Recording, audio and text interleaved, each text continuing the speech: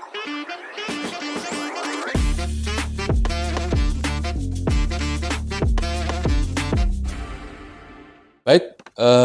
selamat pagi, Om Swastiastu, Sobat Buku Turan. Kita berjumpa kembali dalam Talk on Point, dan hari ini kita seperti biasa akan membahas topik-topik yang ringan saja. Kita akan ngobrol-ngobrol dan membahas isu-isu yang memang sedang terjadi di sekitaran kita. Dan kebetulan beberapa minggu lagi kita akan melaksanakan perhelatan Pesta Demokrasi. Dan saat ini di studio sudah hadir seorang narasumber yang luar biasa. Jadi beliau adalah salah satu tokoh pemuda Desa Panji, dan beliau juga adalah aktivis lingkungan. Tapi tenang saja, beliau bukan caleg. Jadi narasumber kita ada Bapak Gede Ganesha STP. Beliau adalah anggota Bawaslu Kabupaten Buleleng sekaligus koordinator Divisi Pencegahan Partisipasi Masyarakat dan Hubungan Masyarakat. Selamat datang Pak Ganesha di studio kami. Terima kasih undangannya dari rekan-rekan NKTV. Hari ini bisa sharing-sharing ya tentang pemiluan yang sebentar lagi ya, tepatnya nanti 14 Februari kita akan menuju hari H pemungutan dan penghitungan suara. Iya. Dan seperti biasa, Sobat Buku Turan TV, jadi saya sendiri mohon maaf karena lagi-lagi menghiasi layar kaca handphone Anda ataupun laptop Anda karena seharusnya hostnya itu cewek, Pak Gede. Hostnya cewek namanya Raihni. Ya. Jadi beliau sedang persiapan mencari pasangan untuk 14 Februari. Oh ya, pasangan coblos ya? Iya, karena sampai sekarang masih jomblo statusnya ya.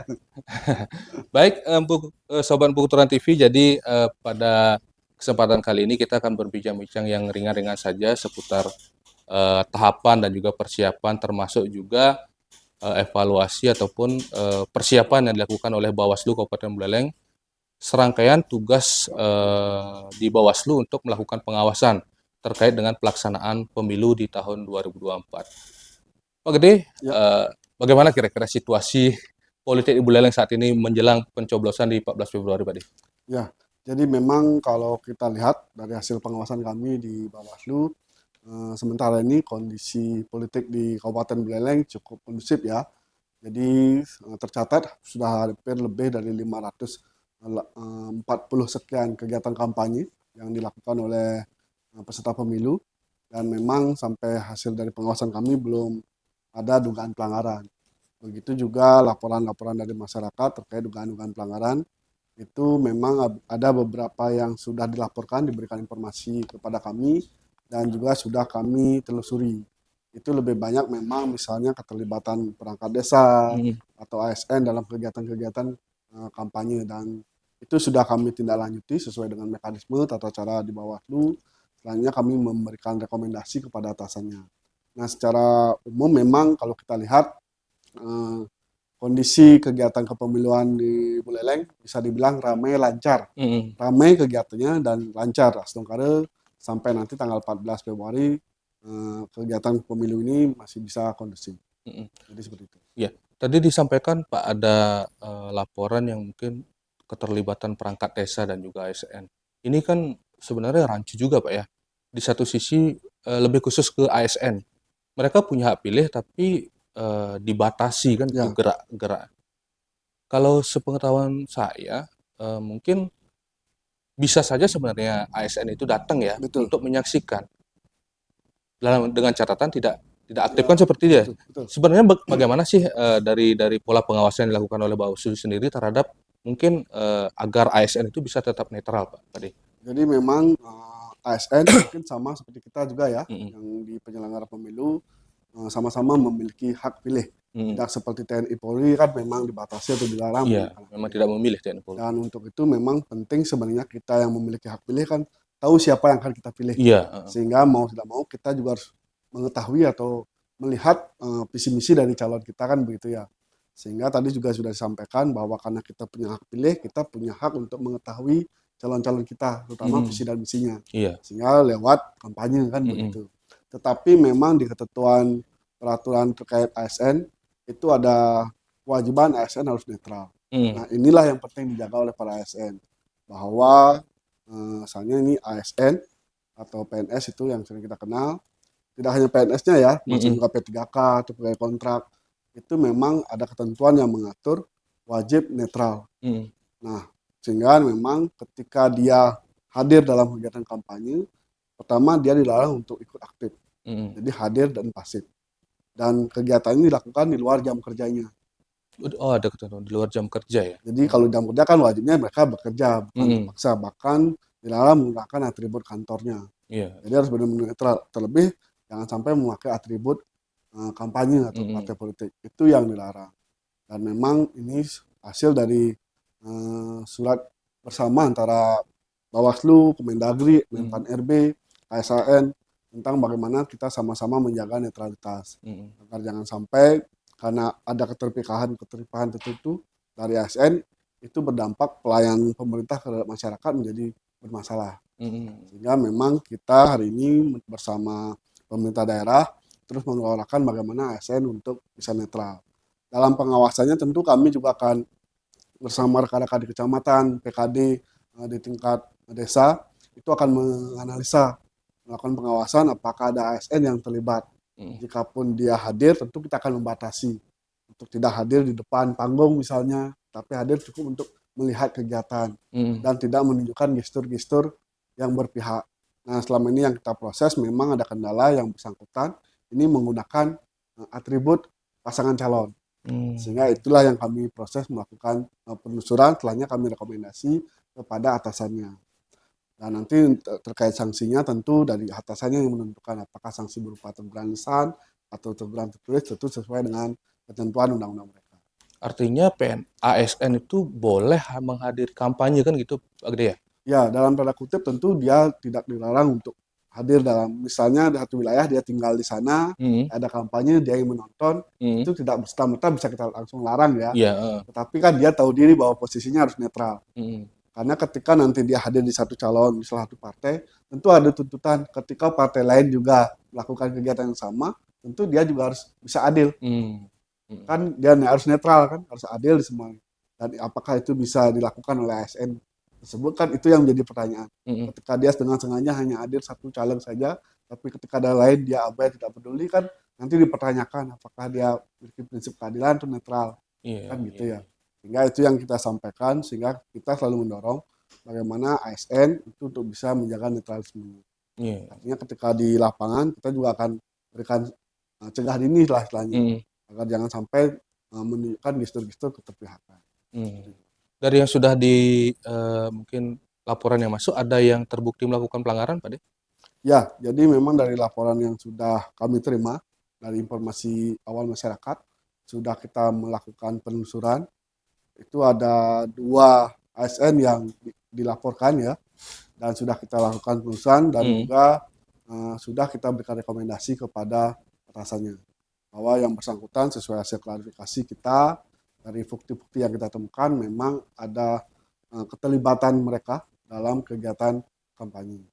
Jadi memang nanti sanksinya dia tentukan kembali kepada atasan mereka. Berarti kewenangan Bawaslu hanya sampai merekomendasikan, Pak? Betul. Jadi memang kan pelanggaran pemilu ini ada berbagai ya, ada kode etik, ada administrasi, ada pidana pemilu, ada peraturan undang-undang lainnya. Nah, kalau perangkat desa dan ASN ini kan kena peraturan undang-undang lainnya.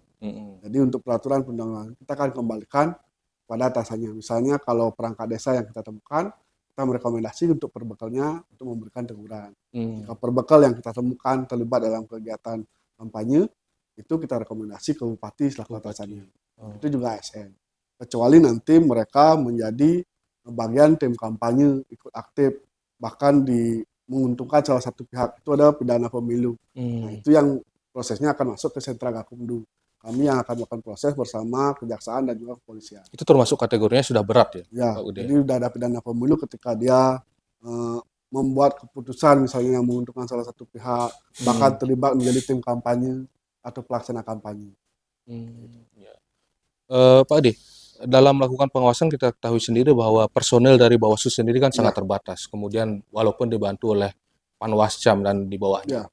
Dan selama ini dari Bawaslu sendiri menggencarkan untuk istilahnya pengawasan partisipatif dengan melibatkan masyarakat. Nah, seperti apa sejauh ini berjalan pengawasan partisipatif itu, Pak Adi? Baik, jadi memang kami menyadari betul ya, di Bawaslu ini ada keterbatasan sumber daya manusia dalam rangka pengawasan. Hari ini kemarin tepatnya tanggal 22 Januari kita sudah melantik 2.275 pengawas TPS. Artinya sudah bertambah lagi SDM kita. Jadi tingkat TPS nanti sudah ada, tingkat desanya ada 1, kecamatan ada 3, kami di kabupaten hanya ada 5 orang. Jadi SDM-nya tentu sangat terbatas. Sementara yang akan kita awasi kan cukup banyak ya. Kita mengawasi misalnya peserta pemilunya, lalu juga calon DPD, terus ada juga pasangan calon presiden wakil presiden, termasuk juga pemilih masyarakat. Kan itu juga kita termasuk awasi. tim suksesnya juga harus Betul. diawasi kan Di gitu. bagian-bagian dari tim suksesnya, pelaksana kampanye. Jadi jangkauan pengawasan kita tentu sangat luas. Itu kenapa Bawaslu RI membuat program yang namanya pengawasan partisipatif. Itu langsung melalui peraturan Bawaslu nomor 3 di 2023. Jadi terkait pengawasan partisipatif. Nah, salah satu pengawasan partisipatif yang kami lakukan di Buleleng adalah sosialisasi pendidikan pada masyarakat. Kedua juga terkait dengan membangun kerjasama dengan perguruan tinggi. Jadi untuk sosialisasi pengawasan partisipatif, kita melibatkan banyak sekali kelompok-kelompok muda, organisasi kemahasiswaan, kelompok ibu-ibu, termasuk juga rekan-rekan media. Jadi kita sampaikan bagaimana pentingnya kita melakukan pengawasan partisipatif. Karena memang kan motonya Bawaslu kita mengutamakan pencegahan. Jadi cara terbaiknya adalah menyampaikan kepada masyarakat tentang apa sih larangan-larangan dalam kegiatan kepemiluan, sehingga mereka bisa minimal mencegah dirinya untuk tidak melanggar. Kedua, bisa memberitahukan kepada keluarga, teman-teman terdekatnya untuk tidak terlibat dalam potensi-potensi pelanggaran pemilu. Itu harapannya. Termasuk juga rekan-rekan media bagaimana bisa menginformasikan apa sih dugaan-dugaan pelanggaran, apa sih yang membuat atau resiko yang bisa kita lakukan yang memiliki potensi pelanggaran. Sehingga minimal kita bisa mencegah. Itu tujuannya. Terus yang sudah kita lakukan juga itu kerjasama dengan perguruan tinggi. Dan di Buleleng sendiri kita juga sudah bekerja sama dengan staf Peguturan ini, masuk juga dengan Undiksa dan juga Panji Sakti. Dalam rangka kita ingin menggiatkan di lingkungan kampus ya, bagaimana pendidikan politik itu juga penting, karena di kampus juga cukup banyak mahasiswanya yang memiliki hak pilih. Ada kesadaran dari teman-teman mahasiswa untuk peduli terhadap proses pemilu. Sederhananya mereka tidak hanya datang tanggal 14 saja untuk mencoblos, tapi juga ikut bersama-sama memastikan prosesnya berjalan baik. Berjalan sesuai regulasi kan gitu betul, tadi ya. karena harapannya kalau prosesnya baik, tentu kita bisa berharap nanti akan lahir pemimpin-pemimpin yang baik.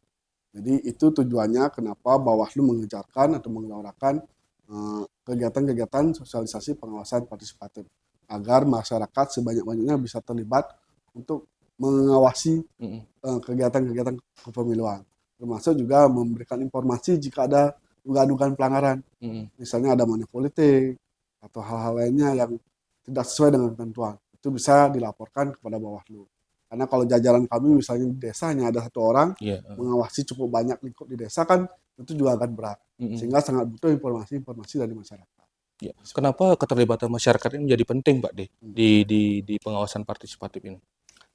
Secara sederhana begini ya, rohnya pemilu ini kan bukan hanya miliknya penyelenggara. Marwahnya adalah pemilu ini miliknya masyarakat. Masyarakat yang akan menentukan apakah pemilu ini baik atau tidak. Jadi mereka yang suara mereka kan sangat bernilai ya. Satu suara mereka itu sama nilainya dengan lapisan masyarakat, baik itu orang kaya miskin.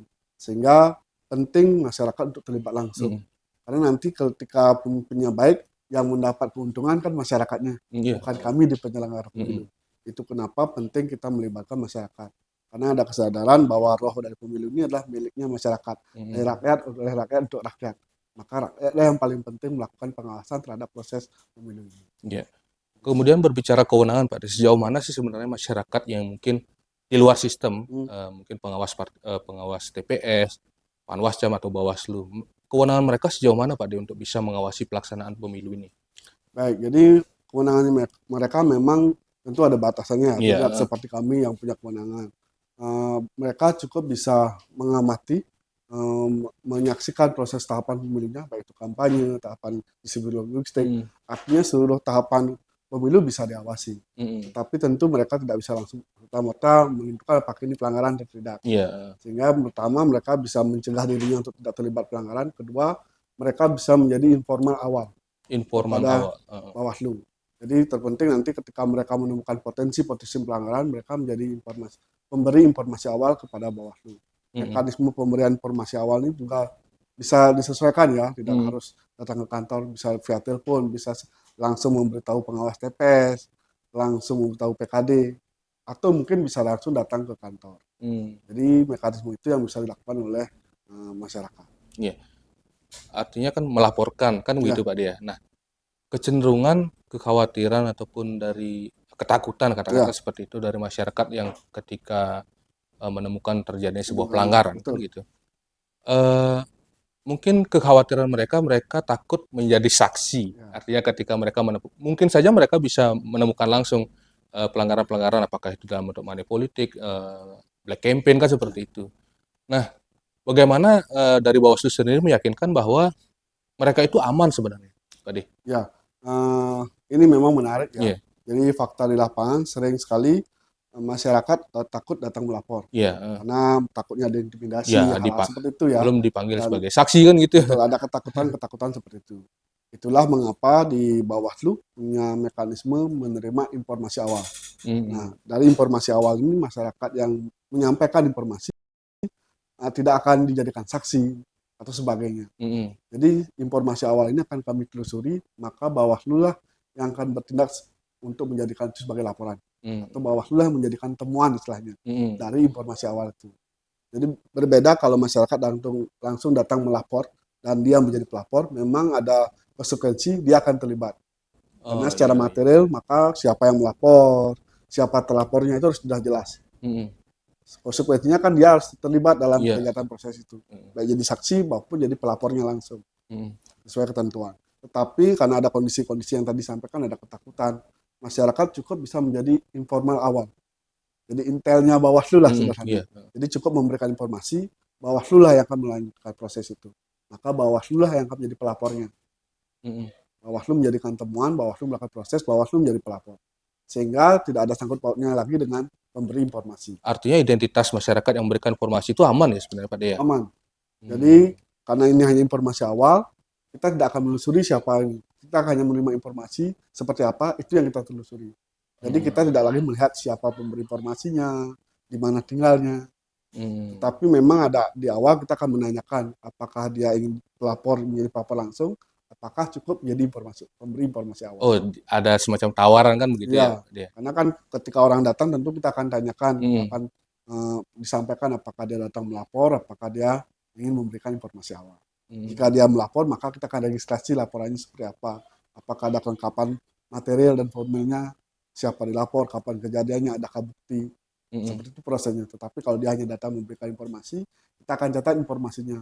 Apakah kalau nanti sampai diberikan bukti-bukti kan lebih Iya. baik lagi. Langsung bisa kita lakukan penelusuran. Oh, informan itu juga bisa menyerahkan langsung bukti-bukti tanpa Betul, harus menjadi pelapor. tanpa harus jadi pelapor. Maka Hmm. dari barang-barang bukti itu Hmm. Bawaslu yang akan menindaklanjuti seperti apa Hmm. prosesnya. Karena juga kan tidak serta-merta kalau tidak ada informasinya hanya sebatas isu, Hmm. kan juga berat ya. Iya. Tentu ada bukti-bukti minimal dokumentasi Iya. kegiatan atau informasi di mana sih kegiatan itu atau pelanggaran itu terjadi. Iya. Apa namanya? Kemudian sejauh ini bagaimana respon dari masyarakat sendiri Pak De terkait dengan keinginan dari Bawaslu bahwa masyarakat harus berpartisipasi dalam hal pengawasan Pak De?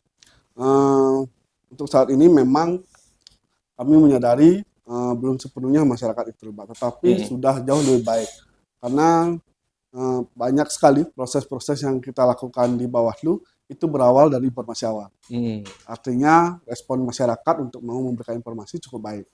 Karena sampai hari ini proses-proses yang termasuk ASN tadi ya, Iya. itu berdasarkan informasi awal-awal dari masyarakat. Hmm. Ini cukup baik. Dan sebentar lagi tanggal 26 kita akan segera berkoordinasi melakukan perjanjian kerjasama dengan kelompok-kelompok kemahasiswaan. Jadi Kelompok kemahasiswaan. ya betul. Jadi salah satu bukti kegiatan pengawasan partisipatif adalah kita bekerjasama dengan tidak hanya dengan universitasnya langsung, tetapi juga Hmm. kelompok-kelompok mahasiswaan yang ada di Buleleng.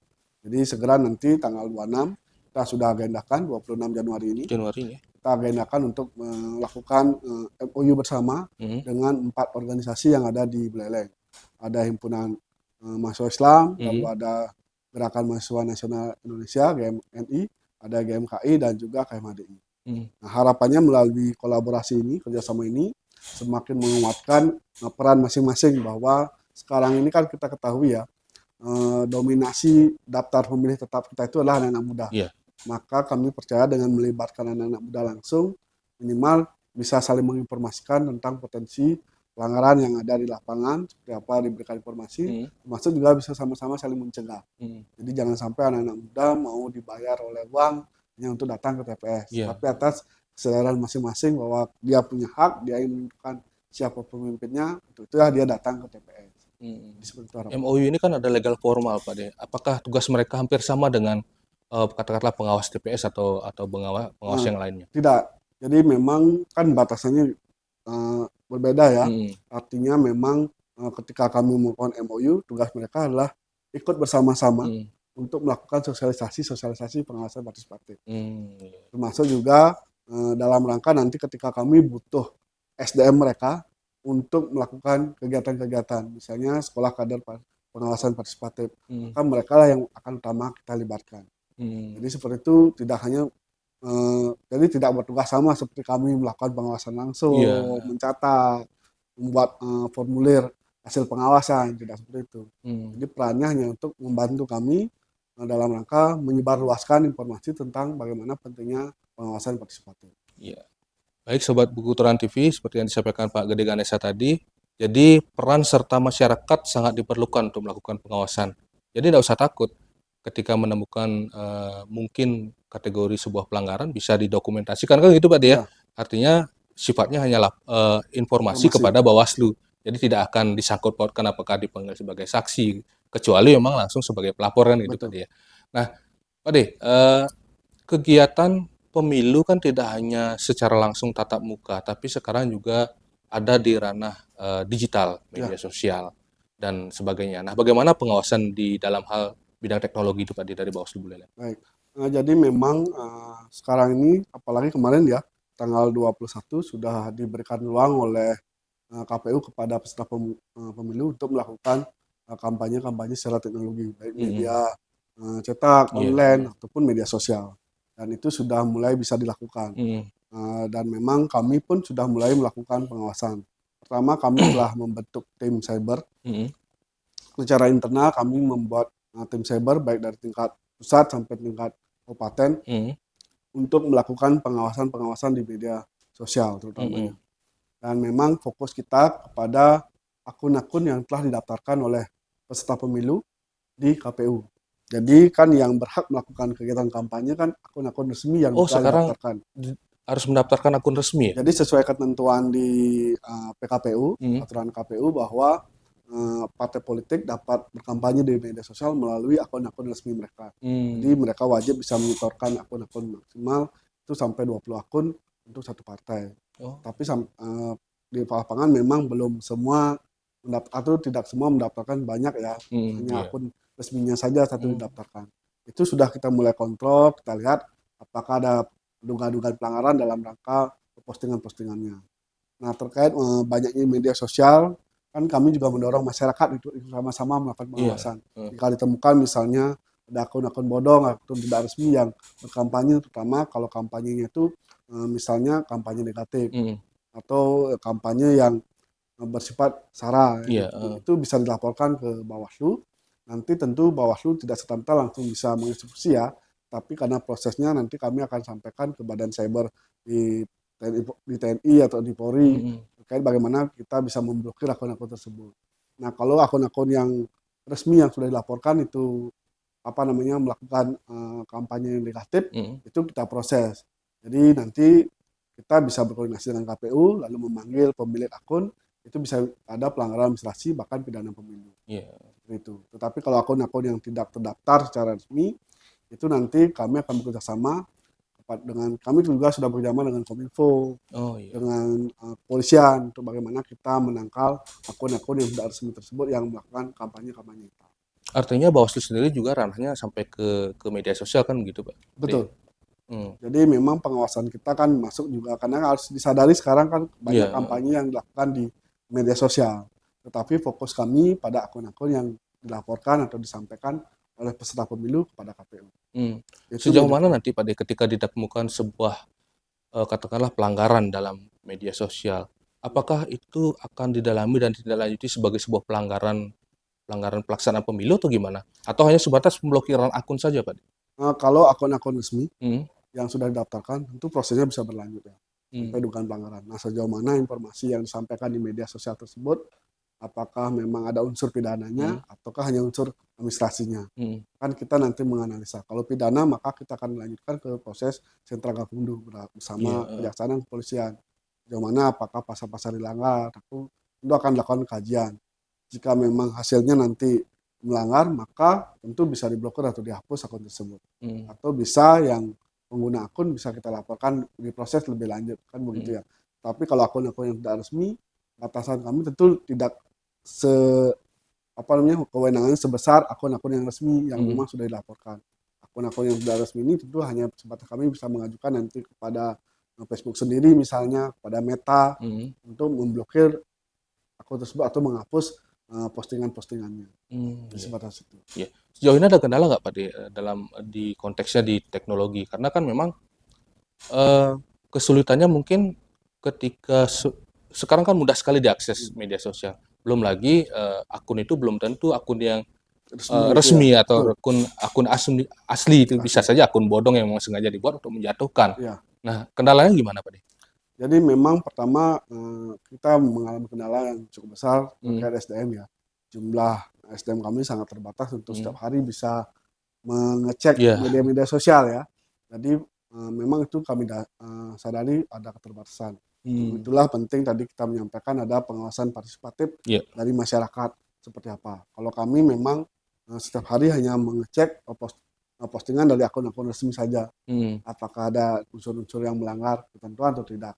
Jika tidak ada, maka karena memang sudah diberikan ruang melakukan kampanye kan tentu boleh seperti apa teknisnya kan begitu ya. hmm, Nah, kendala kami memang terkait akun-akun buzzer misalnya, iya, yang itu memang kami sendiri mengalami kewalahan terkait bagaimana mengamati hal tersebut.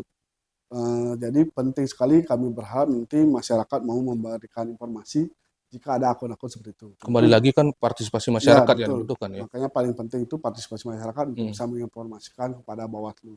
Jika sudah diinformasikan, tentu pasti akan kami tindak lanjuti. hmm, Jika itu akun resmi, maka mekanismenya ada di Bawaslu. iya, Jika bukan akun resmi, kami hanya bisa menyampaikan atau meneruskan atau sederhananya merekomendasi kepada pihak-pihak yang terkait dengan media sosial tersebut. iya. Itu Jadi bisa dihapus atau seperti itu. eh, artinya ketika Bawaslu sekarang ranah pengawasannya lebih luas ke dunia digital, mungkin ada tenaga-tenaga staf-staf khusus yang ditempatkan memang khusus untuk mantengin terus Facebook Ya, kan gitu. Jadi itu bukan bukan sedang main game karena memang ranahnya betul. ranahnya emang sampai ke media sosial Media kan begitu sosial. ya tadi Jadi ya. memang kita membuat tim cyber Hmm, untuk pengawasan di media sosial, termasuk juga di media-media lain. hmm, Dan itu memang tugasnya mengecek itu. Tetapi karena keterbatasan SDM, sehingga yang dicek tentu yang hanya didaftarkan oleh iya. secara resmi oleh peserta pemilu. Permasalahannya kan memang di luar itu ada Ya, kalau harus tadi disadari istilah trennya sekarang kan basar-basar buzzer, politik itu betul. yang susah melacak. Ya, betul sekali. Kadang-kadang ketika di tracing Hmm, ternyata dari luar pulau yang iya. memproses, sehingga juga ada keterbatasan. Hmm, Sehingga Bawaslu sendiri sebenarnya secara nasional sudah bekerja sama dengan Google dan juga Meta oh dalam iya. rangka hal tersebut. Sehingga ketika ada informasi bahwa ada akun-akun yang kontennya tidak sesuai melanggar ketentuan, itu sudah bisa langsung di take down oleh pihak Meta sendiri ataupun oleh Google. Iya. Jadi seperti itu harapannya. Tapi memang untuk itu penting sekali informasi dari Hmm, masyarakat. Kan masyarakat yang mengetahui lebih banyak atau bersama-sama di media sosial melihat langsung ya. iya. Kalau kami tentu sangat terbatas Iya, iya. terkait bagaimana menganalisa karena cukup banyak buzzer-buzzer yang kadang-kadang Ya itu dimanfaatkan dah. oleh orang-orang yang Heeh. tentu niatnya menjatuhkan salah satu pihak atau Hmm. menyerang salah satu pihak yang tidak sesuai dengan pilihannya. Mungkin disinilah peran pemuda itu yang masuk pada ya. Betul, salah satunya begitu. Iya. Karena kan pemuda juga kita ketahui sekarang cukup aktif bermain di media Hmm, sosial. Dengan kerjasama ini tentu juga kita yang mendorong bagaimana keterlibatan pemuda agar bersama-sama bisa mengawasi baik secara nyata hmm. dan juga di dunia maya. Iya. Begitu. Iya. Saya cukup tertarik Pak De dengan apa yang Pak De sampaikan tadi terkait dengan kampanye negatif. Mungkin bisa dibilang saya pernah mendengar di mana ya di salah satu acara di YouTube kalau nggak salah Panji Pragiwaksono membedakan antara black campaign dengan kampanye negatif. Ya, Ketika black campaign itu kan adalah mengkampanyekan fitnah gitu. betul, Nah, sementara kampanye negatif itu adalah mengkampanyekan sebuah kesalahan, itu sebuah fakta yang dilakukan oleh mungkin calon calon, atau betul. gimana. Nah, gimana cara membedakan itu, Pak De? Memang harus diakui ada definisi yang berbeda Iya, ya heeh. antara kampanye hitam atau kampanye negatif. Mhm, Jadi kampanye hitam itu memang dia menyampaikan berita-berita hoax ya, mhm. artinya yang tidak sesuai dengan fakta. Dan kampanye negatif memang itu faktanya ada, Iya, tetapi memang yang bersifat buruk atau iya. negatif kepada Katakanlah aibnya di masa lalu betul. gitu yang diangkat Tentu kembali. memang nanti kita akan lakukan penelitian yang lebih Mhm, lanjut ya, melakukan kajian apakah mereka memiliki ketika ada kampanye hitam atau mhm, kampanye negatif itu ada unsur-unsur yang tidak sesuai dengan ketentuan.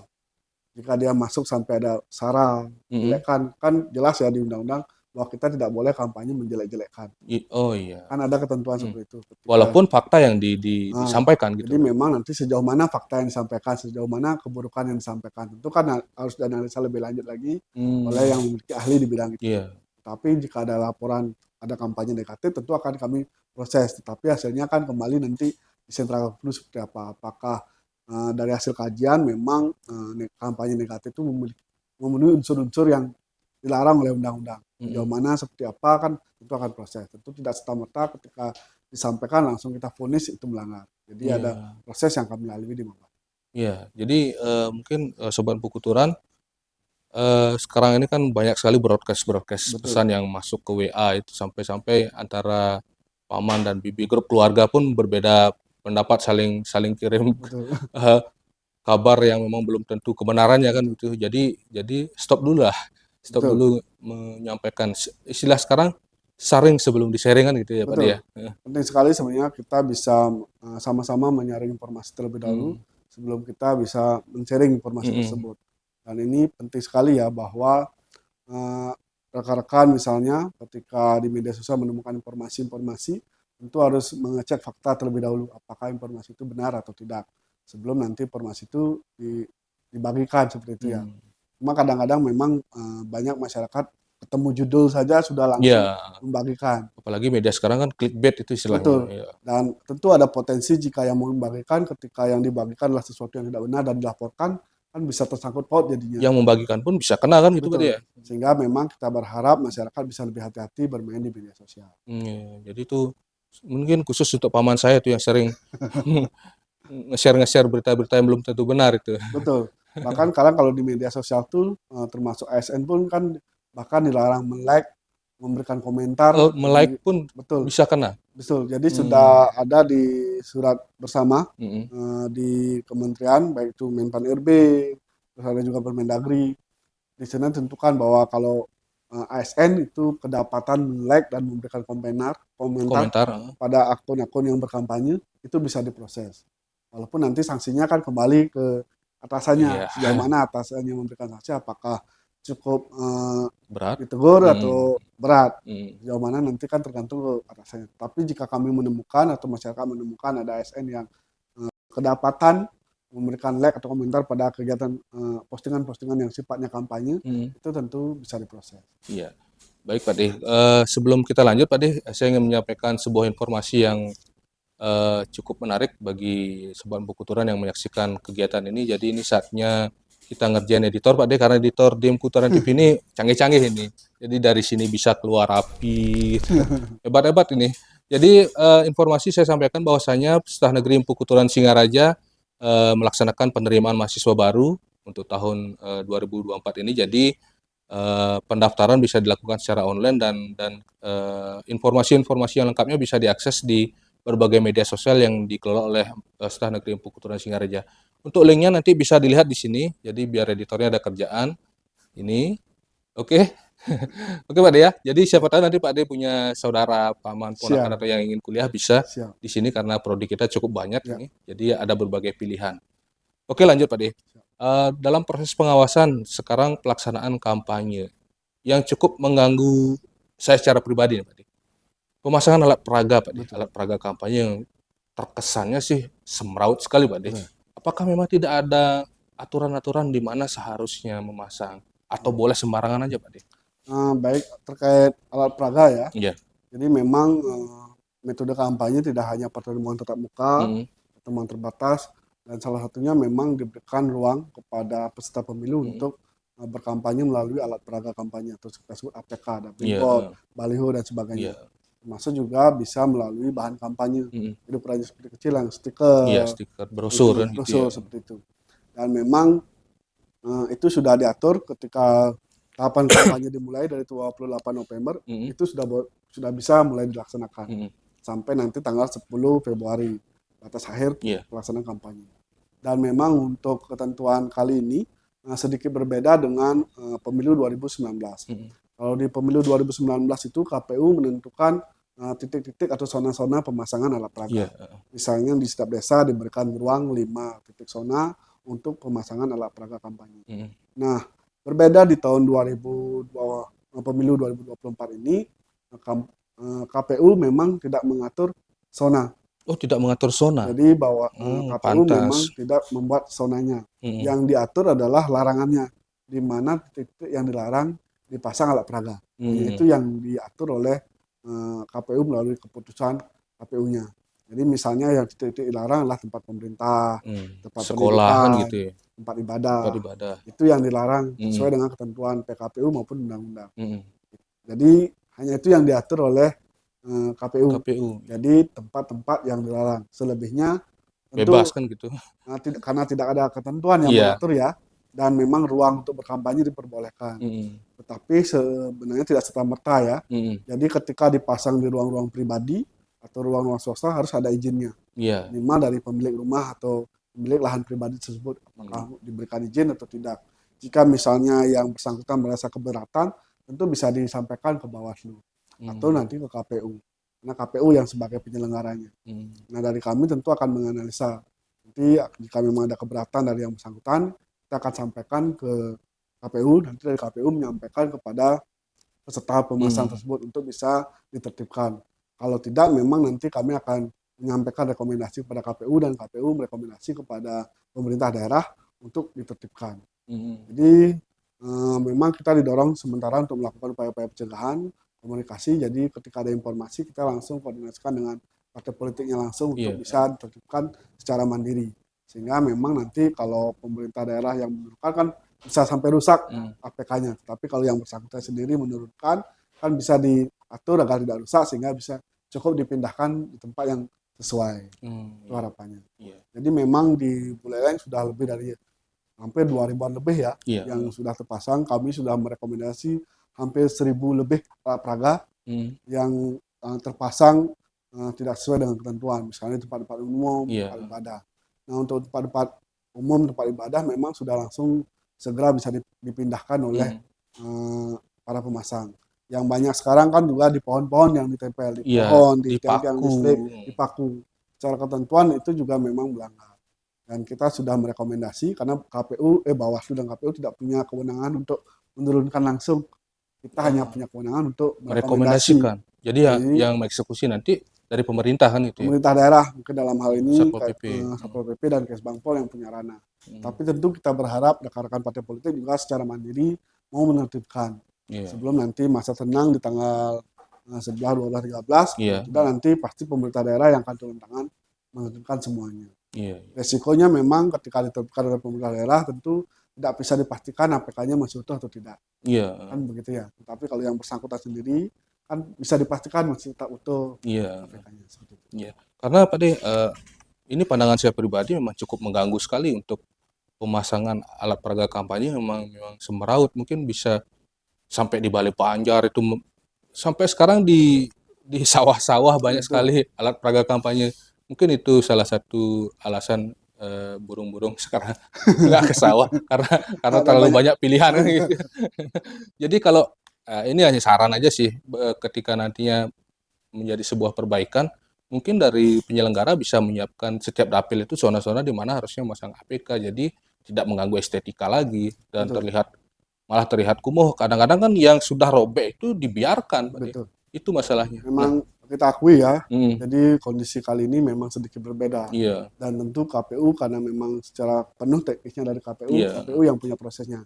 kami sendiri sudah menyampaikan kepada KPU agar mengatur zona-zonanya, sehingga tentu kami sendiri akan memberi kemudahan dalam melakukan pengawasan. Karena sudah jelas jika di luar zona maka melanggar. Kalau kali ini kan kita sulit menentukan apakah melanggar atau tidak. Iya. Dan memang kedua nanti ketika ditertibkan, jika terkumpul di zona-zona akan lebih mudah ditertibkan oleh Satpol PP misalnya. Iya. Tapi kalau kali ini kan tersebar di banyak tempat, tentu Satpol PP memiliki keterbatasan jumlah SDM ya, Iya. yang menertibkan secara cepat. Sehingga ada ketakutan di kami bahwa ketika hari H nanti masih cukup banyak ada alat peraga yang masih terpasang. Sehingga nanti ini tentu menjadi salah satu bahan evaluasi kita ya untuk ke depan. Mudah-mudahan di pemilu-pemilu berikutnya atau nanti di Pilkada 2024 Iya. itu bisa kita proses lebih baik lagi. Sehingga antara penyelenggara pemilu, pemerintah daerah tidak lagi menemukan permasalahan-permasalahan berkaitan dengan alat peraga ini. Iya, karena saya pikir ini rawan konflik juga Pak De. Betul. Artinya ketika mungkin memang benar-benar ketimpa apa terus robek, dianggap ada unsur kesengajaan, kan bisa berpotensi juga jadi Betul. konflik Pak De. Jadi memang salah satu yang juga banyak dilaporkan oleh para caleg adalah adanya informasi perusakan alat Alat peraga. peraga kampanye. Dan itu memang sudah kami tidak lanjuti lakukan penelusuran. Kendalanya memang ketika kondisi-kondisi disebut rusak kan mencari pelaku susah ya. Susah ya. Sehingga kadang-kadang si pemilik APK juga bingung ketika kita tanya siapa nih pelakunya atau yang diduga pelaku atau ada bukti apakah Ada bukti, saksi nggak ada kan saksi. gitu. Ternyata kan tidak bisa dipenuhi. Ya, itu menjadi keterbatasan kami ketika melakukan proses. Dan memang tadi disampaikan ada kadang-kadang rusaknya ternyata karena alam. Iya, itu dah Karena makanya. memang sudah lama, karena angin bah ya orangnya anaknya mulungan kan gitu ya. Betul. Ada kondisi-kondisi itu bahkan di beberapa tempat kan bahkan jatuhnya alat peraga mencelakai orang. Sehingga tentu ini kita butuh kesadaran bersama ya, terutama para peserta pemilu untuk mau sama-sama memperhatikan ya. Karena kami di Bawaslu tentu tugasnya tidak hanya menunggui APK setiap hari ya. Iya, itu dah. Jadi itu juga kendala. Sehingga nanti ketika ada laporan, ada saling tumpang tindih, ada kerusakan, kami tidak serta-merta bisa langsung memproses dengan cepat. Mungkin hanya sebatas laporan aja jadinya. Karena memang cukup sulit menemukan pelaku kan gitu ya Pak De ya. Nah kemudian ketika nantinya memasuki masa tenang, alat peraga ini kan harus bersih. Nah itu siapa yang memiliki kewajiban untuk membongkar? Apakah nanti Bawaslu merekomendasikan ke Pemkab atau gimana? Atau seharusnya kewajiban dari calonnya sendiri yang membersihkan alat peraga ini Pak De? Baik, terkait nanti alat peraga yang memang wajib sudah ditertibkan pasca atau masa tenang, memang nanti Bawaslu hanya punya ranah merekomendasikan. Jadi kami memang akan memberikan imbauan kepada partai politik seminggu sebelum masa tenang. Ya? Jadinya kita tentu ingin mengingatkan para partai politik agar bisa menertibkan terlebih dahulu alat peraganya.